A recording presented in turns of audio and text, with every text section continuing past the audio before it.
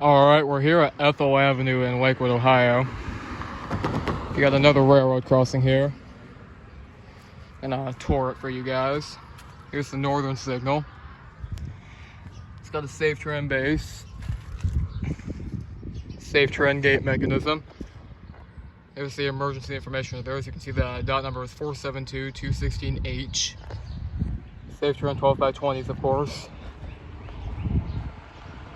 2 pairs of them. NEG gate lights, of course. So I dropped my scanner. NEG gate lights along with the general signals type 1 electronic bell.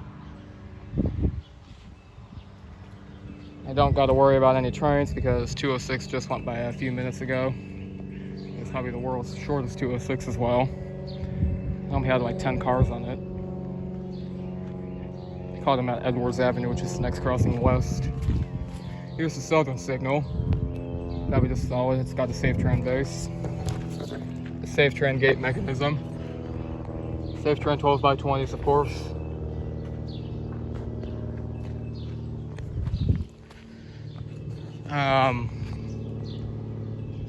NEG gate lights. This crossing's on the NS Cleveland district. This way it's looking east towards Cleveland. Next crossing right down there is Hall Avenue. And then right down there, that way it's looking west towards Rocky River, Bay Village, Avon Lake, Sheffield Lake, Lorraine, and Bellevue. Next crossing down there is Edwards Avenue, which I just caught 206 at. He had Union Pacific Power on him too. Here's the relay case right there. Northwest quadrant of the crossing. So yeah, this is the Ethel Avenue Railroad Crossing in Lakewood, Ohio.